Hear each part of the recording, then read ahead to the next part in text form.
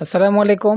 আজকে তোমাদের জন্য নতুন একটা টপিক নিয়ে আসছি। সেই টপিকের নাম হলো আমাদের আইসো সম্পর্কিত তথ্য। তো আমি একটা কথা বলি, আমার হচ্ছে ১ম লেকচারে আইসিটি সম্পর্কিত অনেক কিছু তথ্য দেওয়া আছে। তো আরও কিছু তথ্য বাকি আছে, সেটার জন্য আমি নতুন একটা ক্লাসটা ওপেন করলাম। আচ্ছা ঠিক আছে।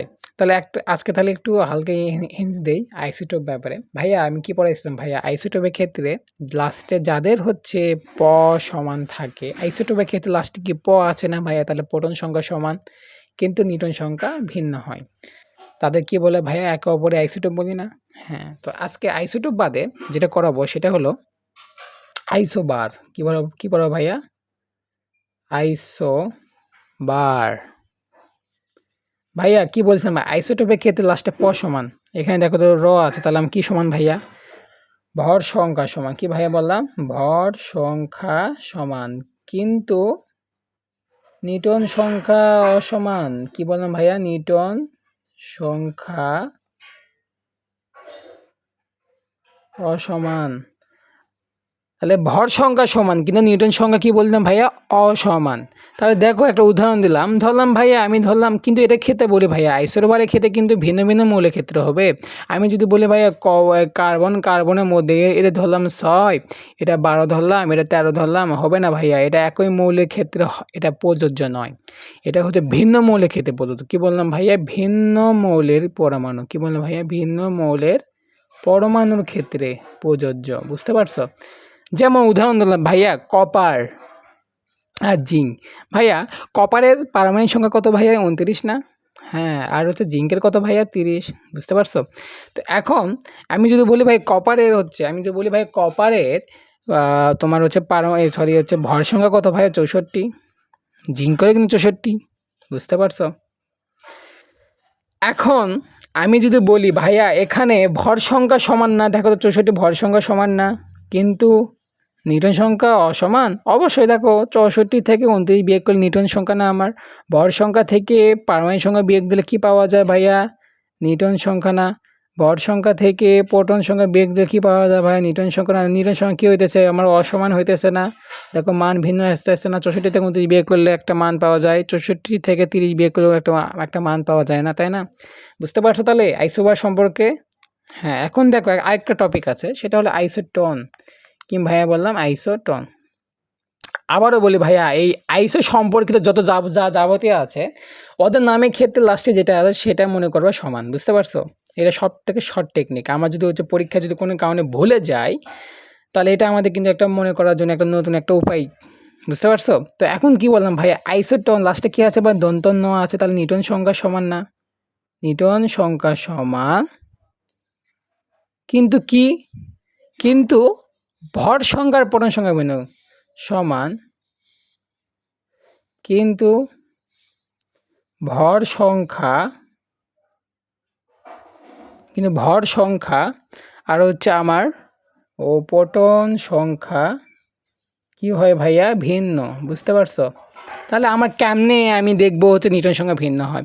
আচ্ছা একটা উদাহরণ দিলাম ভাইয়া, দেখো তো আমি যদি ধরলাম একটা কার্বনের এই পারমাণবিক সংখ্যা কত ভাইয়া? 6 না?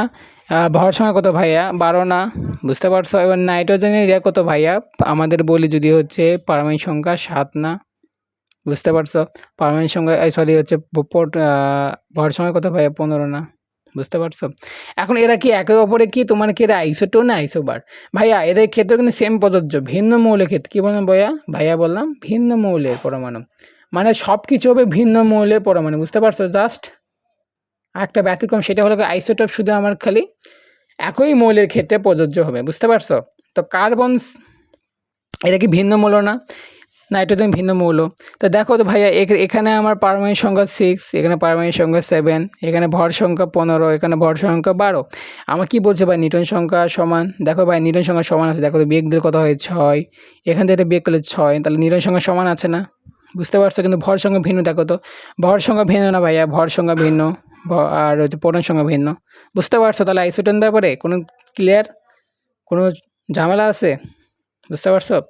এখন বড় ভাই আইসো ইলেকট্রনিক এই আইসো ইলেকট্রনিক ভাইয়া এটা আমাদের হচ্ছে এসএসসি লেভেলের খুব কম আসে পরীক্ষাতে, কিন্তু এটা আমার ইন্টারমিডিয়েটের জন্য খুব ইম্পর্টেন্ট। আইসোলেটিক মানে কি জানো, সবসময় রাখবে, এটা সবসময় একই ইলেকট্রন বিশিষ্ট হবে। কি বললাম ভাইয়া? একই ইলেকট্রন বিশিষ্ট হবে, একই ইলেকট্রন বিশিষ্ট হবে। বুঝতে পারছো? ধরলাম ভাইয়া, ধরলাম